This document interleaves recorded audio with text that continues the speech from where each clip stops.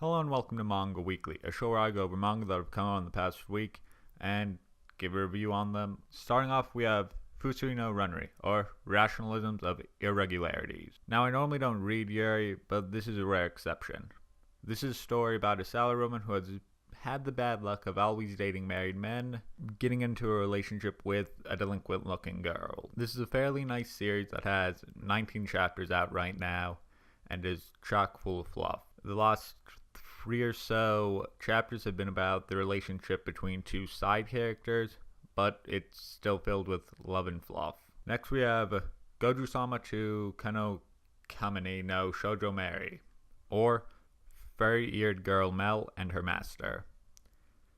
This is another Yuri, this time with the Beastkin type girl and the relationship between her and her master. This is a series that has tiny moments of drama, but overall is very lovable and fluff-filled. The bits of comedy that it has is done well, along with just how certain characters are drawn, along with the side characters. It really helps to make this a very fun and lovable series. The main thing I will say with it, though, is that it does take a bit of time for it to get going with the first 2 or 3 chapters, just establishing the world and the relationships between people. But after that, it's smooth sailing. As of now, there are 16 chapters out. Next is Tonikaku Kawaii, or Fly Me to the Moon, or alternatively known as Why Don't I Have a GF for Wife? Now, this is by the same author as Hayato the Combat Butler. Take that as you will. There is background story going on, and if you read the manga dex comments or Reddit comments, you'll know about it. I recommend reading them if you want to get an idea of the inspiration for this story and where the story could be headed to. Since this is by the same author, you can expect some screwery later on. Ignoring all that, the story takes a while to actually get going, but once it does, it's filled with love, fluff, marriage, and everything you want in a good romance. Currently, there are 37 chapters out. Next is Nashashiro-kun no Kogo na Imoto, or Nashashiro-kun's Overprotective Sister. Normally, Imoto stories are boring or trashy.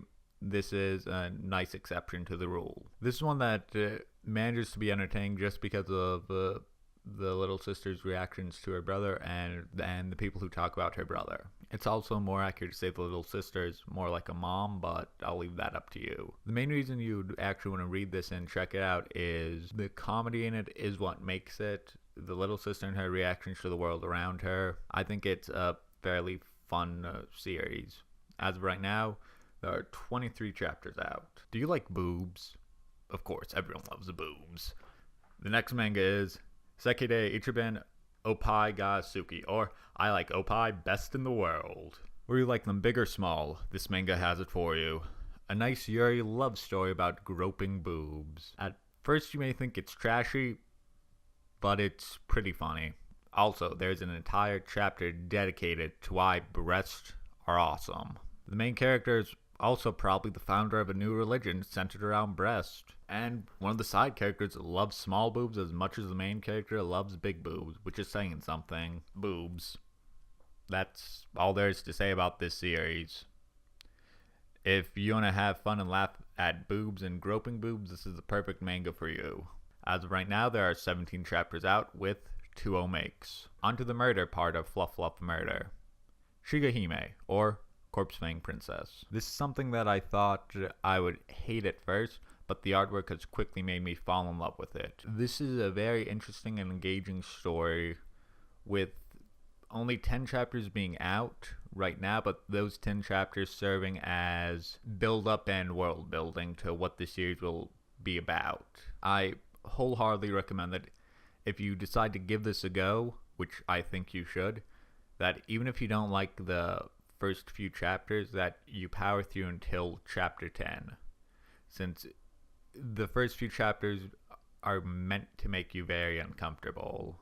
How information is explained is done in a way that we are just as lost as the MC, which is also nice. It also gives you an idea of speculation as to what might the total end game be for this and what each character is thinking. It's a tiny bit gory, but the artwork in it is absolutely beautiful. And this is coming from someone who does not like gory or horror stories. I just think this is a fantastically well done series. Bonus. Have you ever started reading a manga that started off as a train wreck? Have you ever asked yourself the question of, how did we get to this point? Whether you have or haven't, Wataru no ga Haoku Sunsen, or alternatively named Wataru is about to be destroyed, is the perfect story.